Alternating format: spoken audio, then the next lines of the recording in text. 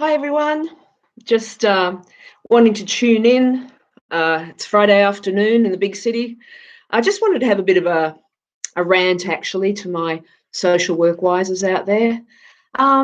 Really, what I'm wanting to rant about is about all these social media posts I'm getting from very well-intentioned professional associations and organisations and look, social workers in private practice and God help us, psychologists, um, all trying to teach us to suck eggs about what's being called self-care and what we need in terms of self-care to get us through the whole COVID-19 pandemic crisis. Look, I don't know about you guys, but the stuff that they're talking about in self-care, I'm already doing that pretty well, I sleep as well as I can, unless my one of my nearby neighbours is up partying all night on the goey. I eat as well as I can, mostly plant-based foods. I mean, I might, sleep up a bit every now and again with a bit of, banana bread or a almond croissant, but, I'm only human. I exercise when I can, I don't go to the gym, but good stretch of the legs works wonders. And I guess I meditate, I do yoga, I do all those things. But look, I do those things anyway, and I do those things because I don't want to get a chronic disease, like diabetes or renal failure or all that. I don't want to die from something like cancer. I don't want to die from COVID-19, God help us. I also don't want to end up, in a psych ward somewhere on meds, right? So I do all these things anyway to look after myself. And I also believe that, being the best person I can be is going to make me the best social worker I can be. So, I'm already doing that. And ultimately, if I'm looking after myself, the people I work with and the people I work for, the people that I serve are going to be better served.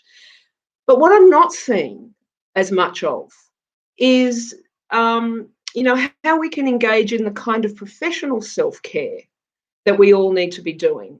So maybe we could be getting some support to do social justice in our current, global capitalist patriarchal context, the neoliberal discourse. There's the sort of things going on in the world that disconnect us from all that kind of beautiful social justice values and ethics foundation that we all signed up for when we started to study social work. So you know what, it's we could be doing more activism, and I get that that's hard, particularly at this time when we're all separated from each other indoors largely. And yes, viva la revolution, viva la socialist and feminist revolution. However, what we could be doing right now is actually to sustain ourselves better, is to, engage in a kind of professional self-care where we can reflect on our practice, we can kind of progress the kind of professionals that we want to be, we can connect our theory to practice, and we can also, reconnect with what brought us to social work. And you know what we could be doing is what's called supervision. Look, when I'm talking about supervision, I don't mean that kind of top-down organisational accountability type supervision that we all have to do as a matter of course when we're employed by an organisation. And that might just end up being a fortnightly chat with your line manager or your team leader about your caseload or your progress on your work plan, on your projects. That's not what I'm talking about here. Sometimes this gets called clinical supervision. It often does in a kind of a medical model-based organisation, although that language is certainly caught on. Or it could be called external supervision. That's where it's called in other contexts. So basically, that's the kind of supervision where you're developing a relationship of trust, similar that you would in therapy, in fact. Although it's definitely not therapy, there's different boundaries.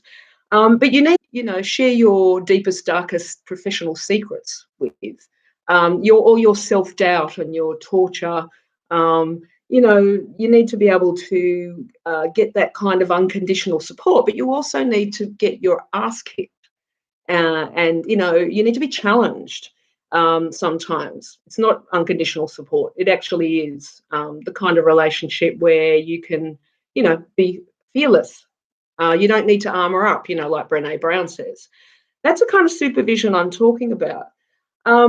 Now, some of you might be working for an organisation that gives you time off to do this, and hell, you know, maybe even pays for this to happen. Might even gives you choice about who you see. That would be wonderful. You know, some of you are lucky. You know, good on you if you have an organisation that does that for you. The majority of people don't. The organisation thinks it's tick boxes by the fact that you have supervision with your manager. That's not actually what you need, and particularly what you need right now. So, you know, a lot of people that I'm meeting with for the first time who are looking for supervision, you know, they're struggling with a lot of what Vicky Reynolds called spiritual pain. You know, they're, you know, feeling like they're not measuring up, that they're not good enough, they're not being enough, they're, you know, failing at life, at their job, at all sorts of things. Now, you know, measuring up to other people's expectations and their own expectations, that seems to be the starting place. You know, with some of the work I've done with people, I've been able to help people turn this around. But, you know, for some, it's gone on for so long that, you know, it's very hard to kind of create a new story out of that. But I guess what you can do is actually find someone who you can click with, whose ideas, politics, particularly values and ethics fit with you. Go on the ASW website.